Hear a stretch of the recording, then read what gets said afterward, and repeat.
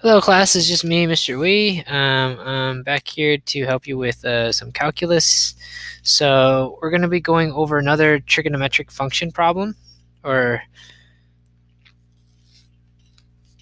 let's see, forgot where I left off, because part one technically is a video I made last year, so I forgot what I'd called this, but it's a trigonometry problem. So it's number 41 on section 1.6, so 1.6, technically number 41. And then, simply put, you're given this information. The given information that you're given is that you have the sine of inverse cosine of 7 over 11. You're asked to evaluate that. And you're asked to evaluate this expression.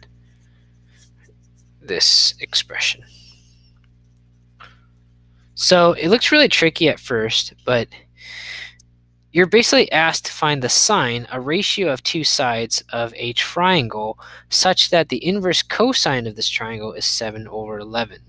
Well, let's dissect this really quick. Again, you're looking for a ratio. So sine is basically a ratio of, opposite side over a hypotenuse of a triangle, right? You don't have to write this part down, but I'm just saying that's what a sine is basically asking for. And this is the parameter. A triangle with the inverse cosine. So basically, you know that the inverse cosine of 711 is some angle, theta. So we know that if we drew a triangle, specifically a right triangle, we know that we have some angle, we have some theta angle such that adjacent to it is 11, or adjacent to this angle is 11, and the hypotenuse of this triangle is the adjacent side is 7, and the hypotenuse is 11, right? So basically, it's asking us what the sine of this would be. So the sine of this, so basically, this is equal to theta, and then we're finding the sine of this theta, because we know that this is equal to some angle, and then this angle, essentially, we're asking for the sine of this angle. What is it? And again, all that means is, can you find the opposite side to this theta angle over the hypotenuse of this triangle? We have the hypotenuse 11. We just don't have the opposite side to this angle. So that's all it's asking. So I think most of us kind of already know or have an inkling for what to do. It's a squared plus b squared equals c squared, otherwise known as the Pythagorean theorem, which works for all of right triangles. You're basically going to substitute in, 7 squared for a or b squared, doesn't really matter. Let's solve for the other letter, b squared is equal to c squared, which is 11 squared. And then that would be 49 plus b squared is equal to 121. You subtract 49 from both sides. You get b squared is equal to about 72. You take the square root. You take the square root of that, and then you should get b is technically plus or minus the square root of 72. And if you want to take the sine of, so now we have this side is the square root of 72, plus or minus, okay?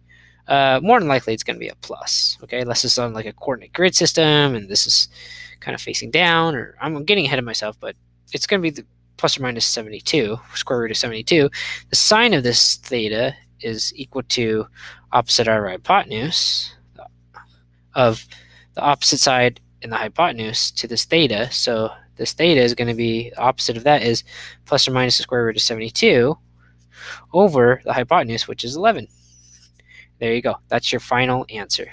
All right, guys, that's pretty much it. I think I have one more video on the way for that's not going to come down until later in the week, but it's going to be graphing a trigonometric function, basically. So here's a sneak preview of what we're going to look at next. It's basically just graphing trigonometric, like a nice little review on shifting and like what does the A stand for of the standard notation for the trigonometric function. That's all it really is. I'm just going to go through like one problem and that's it. So that's pretty much the crux, or like the main stuff I'm going to go over this week. All right, guys, you guys take care. I'm going to go ahead and stop this video, and you guys have a wonderful day, night, or evening whenever you're watching this.